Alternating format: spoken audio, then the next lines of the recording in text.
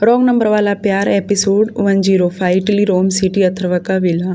इस वक्त living area का माहौल बहुत गर्म बना हुआ था क्योंकि माहिर ने कुछ ऐसी बातें कह दी जो सुनकर सभी घर वाले परेशान हो गए। ज़्यादातर नीलम जी, आनंद जी और आर्य शॉक्ड थे क्योंकि माहिर ने साफ साफ शब्दों में उन्हें बताया कि वह उन लोगों को यहाँ किस लिए बुलाया है ताकि कल को न्यूज़ के हिसाब से अगर उन्हें पता चला तो वह ज़्यादा रिएक्ट करेंगे। इसलिए माहिर ने उन्हें बता दिया कि कुछ दिन पहले ही काया ने अथर्वा के ऊपर अटैक की थी, पर माहिर ने पूरी तरह उन्हें नहीं बताया कि वह सिर्फ उन्हें आधी अधूरी थोड़ी सी बात बताया।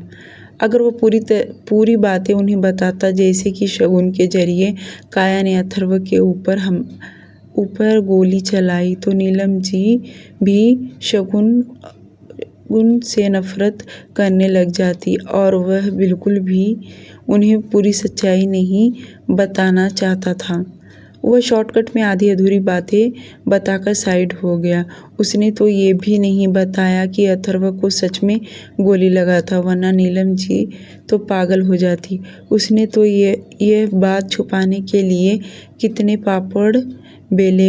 अब जाकर सब कुछ ठीक हो गया। भला वह क्यों बताया? माहिर साफ साफ झूठ बोल रहा था, तो वहीं अथर्वा और शगुन भी उसकी बातें सुन रहे थे, पर उन्होंने कुछ नहीं कहा क्योंकि उन्हें भी पता था कि माहिर बातों को अच्छे से संभाल लेता है। उसकी फैमिली उसके ही बातों पर पूरा यकीन करेगी क्योंकि अथर्वा ने पहले ही इतना बड़ा झूठ बोला था। शगुन से शादी करके घरवाले उसकी बात पर बिल्कुल भी यकीन नहीं करेंगे। पर माहिर ने कहा तो सभी लोगों ने यकीन कर लिया। नीलम जी को बिल्कुल भी अच्छा नहीं लग रहा था कि उनका बेटा तो एकदम ठीक ठाक है और झूठ ही न्यूज़ फैलाने क्योंकि वह मर गया। नीलम जी क्या अगर कोई भी माँ होती तो ऐसा बिल्कुल भी नहीं चाहेगी। पर माहिर ने कहा कि अगर उसने अभी एक्शन नहीं लिया तो आगे चलकर कहीं ऐसा ना हो कि सचमुच अथर्वा के साथ ऐसी दुर्घटनाएं हो सकती है जिसके कारण हमें अभी से ही झूठ बोलकर उसी मुंहतोड़ जवाब देना पड़ेगा, वरना आगे चलकर यह छोटी सी बात बहुत जख्म बन सकती है। करीब यह सब समझाते हुए माहिर का 1 घंटा वक्त गया, तब जाकर कहीं आनंद जी की पूरी बातें समझे। फिर उन्होंने अच्छे से नीलम जी को समझाया। उसके बाद थोड़ी देर तक लिविंग एरिया में गर्म माहौल बना था। उसके बाद नीलम जी भी मान गई और न जाने क्यों रह रहकर उनका मन बेचैन होने लगा। जब से वह यहाँ आई है तब से कुछ भी अच्छा नहीं हो रहा। पहले न्यूज़ उन्हें अथर्वा की शादी का मिला, उसके लिए वह नाराज़ थी। अब सब लोग मिलकर उन्हें झूठ बोलने के लिए उन्हें मना रहे हैं, जो देख वह उनकी बेचैनी और भी बढ़ने लगा। वह ये बिल्कुल भी नहीं चाहती थी, पर उनके बच्चे अब कहाँ सुनने वाले।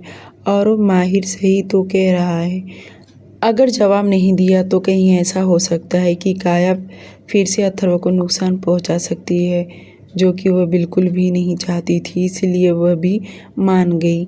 नीलम जी वहां से उठी और अपने कमरे में चली गई क्योंकि बहुत सोच सोच के उनके सिर में अब दर्द होने लगा था। उनके जाने के बाद अथर्वा अपने डैड से बातें करने लगा। आनंद जी तो बहुत समझदार थे। वह समझ भी रहे थे कि सामने वाले दुश्मन को अगर जवाब नहीं दिया तो आगे चलकर मुसीबत बढ़ सकता है, और उन्होंने अपने बच्चे को इस काम के लिए अंजाम देने तक रुकने के लिए नहीं कहा। उन्होंने कहा कि जब तक काया का अंत नहीं हो जाता तब तक हार मत माने, क्योंकि अगर तुमने वापस उसे छोड़ा तो यह आगे चलकर हो सकता है हमारे घर को बहुत बड़ा नुकसान पहुंचा दे। इसलिए उसको जड़ से निपटाना ही पड़ेगा। आर्य कुछ नहीं कह रहा था क्योंकि वह अभी इतना समझदार नहीं था दुश्मनों के बारे में समझ सके। वह तो अभी अभी कॉलेज ख़त्म होने के बाद अफसाना ज्वाइन किया था। जो उसे तो अपनी कंपनी में रेशो नहीं पता तो दुश्मन का क्या पता रहेगा। उसे अभी सीखने के लिए बहुत समय लगेगा। आनंद जी थोड़ी देर बैठे रहे, उसके बाद वहाँ से उठकर कमरे में चले गए। अभी एंटोनियो के साथ बाहर गार्डन में आ गया। उसे बहुत कुछ पूछ रहा था। अब लिविंग एरिया में माहिर और अथर्व शगुन ही थे। माहिर ने अथर्व को स्टडी रूम में आने के लिए कहा, बल्कि शगुन को भी उसने आने के लिए कहा। और जब तीनों स्टडी रूम में आए तो माहिर एक बार फिर से रिपीट सारी बातें पूछने लगा। शगुन और काया की पहली मुलाकात कैसे हुआ, क्या क्या बातें हुआ। वैसे तो उसके पास सभी रिकॉर्डिंग थे, फिर भी जिस दिन अथर्व को गोली लगा उस दिन का टॉपिक वह अथर्व के मुंह से भी सुनना चाहता था। और एक बार फिर से वह तीनों इसी टॉपिक पर सीरियस होकर बातें करने लगे। माहिर को उस दिन अथर्व को गोली लगा हुआ है पिक्चर्स चाहिए था, ताकि वह लोगों को बता सके। सबसे पहले उसने डॉक्टर एलिना को कॉल लगाया और उन्हें विला आने के लिए कहा। करीब 2 घंटे के बाद डॉक्टर एलिना विला पहुंची और पहुंचने के बाद माहिर ने उन्हें सब कुछ समझाया। अथर्व के डेथ सर्टिफिकेट बनाना है कि वह इतने दिनों से एडमिट था और फाइनली अब उसका डेथ हो गया। और माहिर ने अथर्व के लॉयर मिस्टर अल्डो को भी बुलाया, क्योंकि आधा काम तो उन्हें ही करना पड़ेगा, क्योंकि कोर्ट को और मीडिया को ये बात बताना पड़ेगा कि अथर्व के मरने का हाथ शगुन का है और प्रॉपर्टी हड़पने का भी। वह उस पर इल्ज़ाम लगाएगी। स्टडी रूम में इस वक्त लॉयर, डॉक्टर और भी कुछ लोग थे जो मौजूद थे और ये बहुत ही गंभीर मीटिंग चालू था, क्योंकि छोटी सी छोटी और बड़ी सी बड़ी बातों को बहुत ज़्यादा ख्याल करना पड़ेगा, क्योंकि जब से अथर्व को गोली लगा है तब से वह विला से एक दम ही वहाँ नहीं निकला। करीब यह मीटिंग शाम तक चलता रहा। फाइनली जाकर सभी लोगों को बातें समझ में आ गया। जिसे जो काम दिया गया था परफेक्ट उसी तरीके से करना होगा। बिल्कुल भी इस काम में गड़बड़ी नहीं चाहिए। इधर इंडिया, वेस्ट बंगाल, कोलकाता। देखते देखते 2 दिन बीत गया था।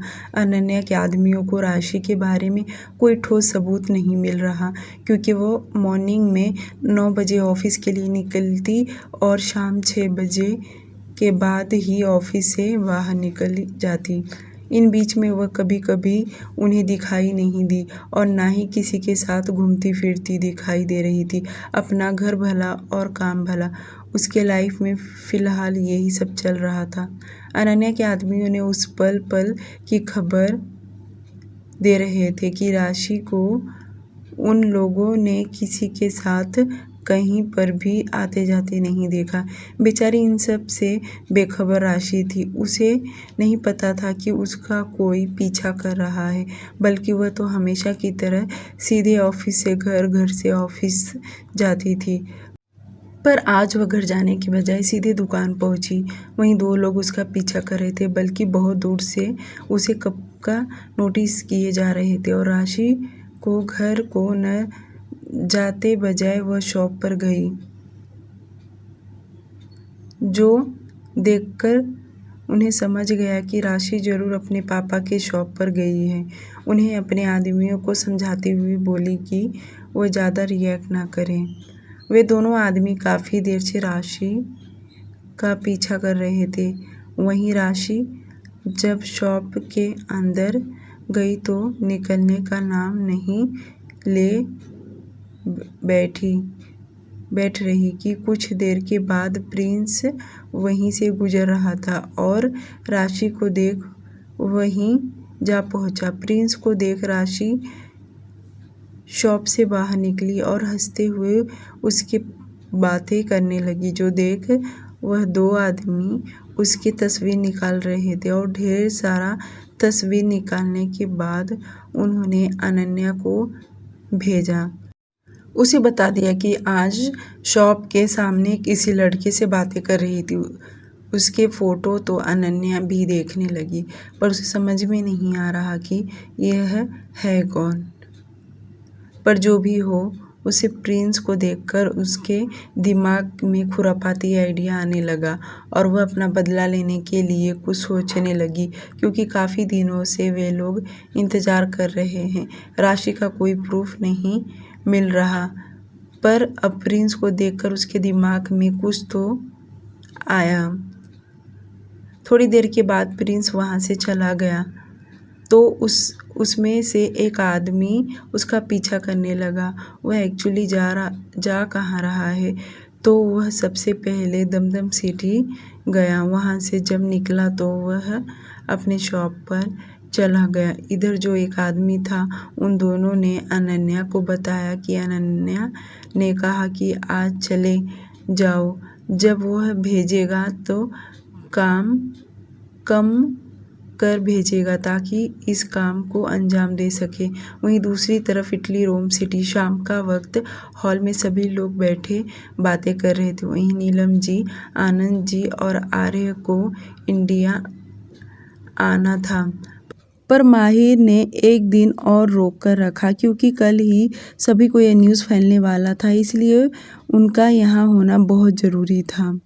8 बजते ही माहिर विला से बाहर निकला और सीधे चलते हुए थोड़ी सी दूरी पर गया। वहाँ जाकर एक कार रुका था। उस कार में जाकर वह बैठा तो उस कार में पहले ही 2 लोग बैठे थे, जो बहुत ही बड़े बड़े पिस्टल गन माहिर को दिखा रहे थे। माहिर ने उसमें से कुछ हथियार ले लिया, बाकी का माहिर ने बहुत सारा हथियार लिया। तभी उसमें से एक आदमी ने उसे इम्पोर्टेंट गन दिखाते हुए कहा, यह फिंगर वाला गन है। जैसे मोबाइल में फिंगर का पासवर्ड होता है, सेम वैसे ही इसका भी पासवर्ड होता है। जहाँ तक माहिर ने देखा वहाँ सब कुछ ठीक था। तभी उसे शगुन का ख्याल आया और उसने उसे कॉल करके गेट के पास बुलाया। माहिर का आवाज़ सुनकर शगुन भी विला से बाहर निकली। जहाँ माहिर ने उसे बुलाया वहाँ वह भी गई, तो माहिर ने उसे अंदर कार में बैठने के लिए कहा, तो वह तुरंत बैठ गई और उसे गन दिखाते हुए कहा, तुम्हारे लिए। शगुन जैसे कार के अंदर बैठी, अंदर का माहौल देखकर वह घबरा गई। इतने बड़े बड़े हथियार देख उसके हाथ कांपने लगे। वह कभी हथियार को तो कभी माहिर को देख रही थी। तो वहीं माहिर ने फिंगरप्रिंट वाला गन शगुन के तरफ बढ़ाते हुए कहा, ये लो तुम्हारा है। जब भी अकेले या कोई तुम्हारा दुश्मन तुम्हारे साथ ना हो तो उसे यूज़ करना, और हाँ, सिर्फ तुम्हारी उंगलियों से ही खुलेगा, वरना किसी के नहीं। यह सुन शगुन तुरंत मना करते हुए बोली कि मुझे यह सब नहीं चाहिए और ना ही उसे इन सब में इंटरेस्ट है। वह लगातार मना करने लगी, पर माहिर कहाँ सुनने को तैयार। वह भी उसे मनाने लगा, बहुत जल्दी से इसकी ज़रूरत पड़ेगा। शगुन उस गन को देखकर डर रही थी और वह साफ साफ मना करने लगी कि वह यह गन नहीं ले सकती, पर माहिर अच्छे से उसे समझने लगा कि अब तक वह बहुत डर कर रही है, पर अब डर निकालना होगा। शगुन को उसकी बातें बिल्कुल भी समझ में नहीं आया, तो वहीं माहिर ने उसे बड़े प्यार से समझाया, शगुन मेरी बात ध्यान से सुनो, हर वक्त अथर्व तुम्हारे साथ नहीं रहेगा। कभी ऐसा वक्त आ सकता है कि तुम अकेली हो, या ऐसा भी वक्त आ सकता है जिस दिन तुम दोनों अकेले हो और तुम्हारे दुश्मन बहुत। उस दिन तुम क्या करोगी? समझो उस दिन अथर्व लाचार पड़ गया तो क्या करोगी? उसे छोड़ दोगी जैसे इस बार तुमने छोड़ दिया? माहिर की बातें सुनकर शगुन अपनी नज़रें नीचे झुका ली, क्योंकि सही तो कह रहा है माहिर। उसकी आंखों के सामने काया ने एक बार नहीं बल्कि 2 बार गोली चलाई और शगुन कुछ नहीं कर पाई। यहाँ तक कि अगर एंटोनियो नहीं होता तो वह उसे हॉस्पिटल तक नहीं ले जा पाती और आज उनके बीच में न होता। माहिर की बातें उसे ठीक तरह से समझ तो आ रहा था, पर कहीं न कहीं उसने जो काम कभी किया नहीं वह करने के लिए वह डर रही थी। वह तो गन को हाथ में भी लगाना नहीं चाहती थी, वह इतनी डर रही थी। उसे तो यह लगता था कि यह सब गुंडे मवाली लोगों का काम है। शगुन धीरे आवाज़ में बोली, पर मैंने कभी गन नहीं चलाई हूँ, मुझे इन सब चीज़ों से बहुत डर लगता है। यह सुन माहिर बोला, सबको पता है कि तुमने ये सब कभी नहीं देखी हो और ना ही कभी चलाई हो, और अब तुम अडानी घर की सबसे बड़ी बहू हो और तुम ही इतनी डरपोक रहोगी तो कैसे चलेगा। शगुन उसकी बातें सुन तो रही थी, पर वह डर भी रही थी। वहीं माहिर आगे बोला, तुम्हारी इन्हीं डर की वजह से आज तुमने अपना बच्चा खोया है। शुक्र मनाओ तुम 2 हफ्ते ही प्रेग्नेंट थी। कहीं ऐसा ना हो कि तुम्हारा बच्चा इस दुनिया में आ जाए और तुम्हारे दुश्मन तुम्हारी आंखों के सामने उसे मारे, तो क्या तुम तभी यूं ही अपनी आंखों के सामने देखती रहोगी।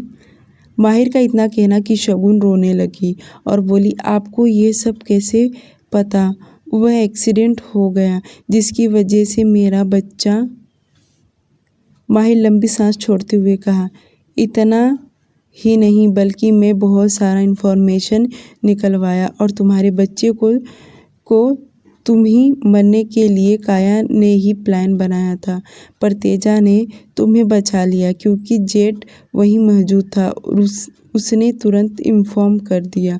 अगर जेट नहीं होता तो तुम्हारा बचना मुश्किल हो जाता। शगुन उसकी सारी बातें सुन शगुन और भी जोर जोर से रोने लगी। माहिर उसे रुलाना नहीं चाहता था, पर वह तो बस उसे हालात से लड़ना सिखाना चाहता था, क्योंकि वह भी जानता था कि ऐसी सिचुएशन तो अब आने ही वाला है जिस दिन शगुन अकेला पड़ सकती है या दुश्मन, और उन्हें अपनी लड़ाई खुद ही लड़ना होगा। हर घड़ी घरवाले या बॉडीगार्ड नहीं रह सकते।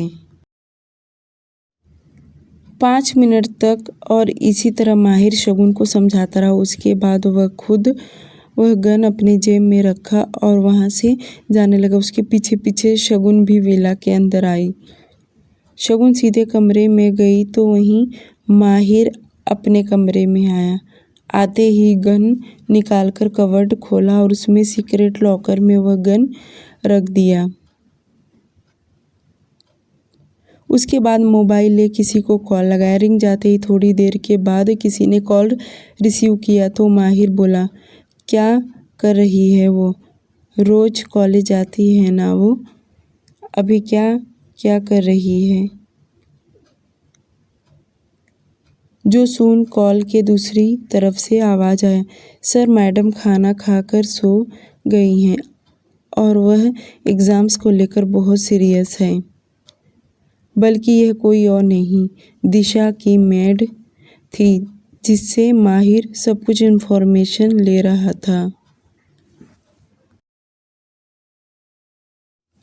दूसरी तरफ इंडिया, वेस्ट बंगाल, कोलकाता, अनन्या के आदमियों को राशि के बारे में कुछ भी मिल नहीं पा रहा था। फिर भी उनकी नज़र राशि पर ही था, क्योंकि उन्होंने 1-2 दिन पहले ही राशि को प्रिंस के साथ बात करते हुए देख लिया था। तो उन लोगों ने राशि का पीछा करना स्टॉप किया। अब वे लोग प्रिंस का पीछा करने लगे। आज दोपहर में जब खाना खाने घर जा रहा था तब रास्ते में उसे 1-2 लोग कार रोककर उसे एड्रेस पूछने लगे और प्रिंस अपनी गाड़ी रोककर उन्हें एड्रेस बताने भी लगा। पर इन्हीं बीच में उसके मुंह पर किसी ने रुमाल रख दिया और देखते ही देखते वह भी बेहोश हो गया। और बेहोश होते ही उन लोगों ने उसे कार में बिठाकर वहां से लेकर चले गए। प्रिंस का किडनैप करते ही सबसे पहले उन लोगों ने अनन्या को इन्फॉर्म किया, जो सुनकर वह हंसने लगी, क्योंकि उसे राशि का कोई कमजोरी उन्हें चाहिए था। अनन्या यह तो समझ गई कि अब वह जो कहेगी राशि को करना पड़ेगा। अनन्या के आदमियों ने प्रिंस का किडनैप कर लिया और उसे एक ऐसी जगह पर रखा जहाँ पर बहुत ही सन्नाटा था। यह कहा जाए तो वह गोडाउन था। अगर उसे होश भी आता तो कोई फ़ायदा नहीं, क्योंकि इस वक्त जहाँ पर था वहाँ पर कोई दूसरा इंसान वहाँ से गुजर भी नहीं रहा था।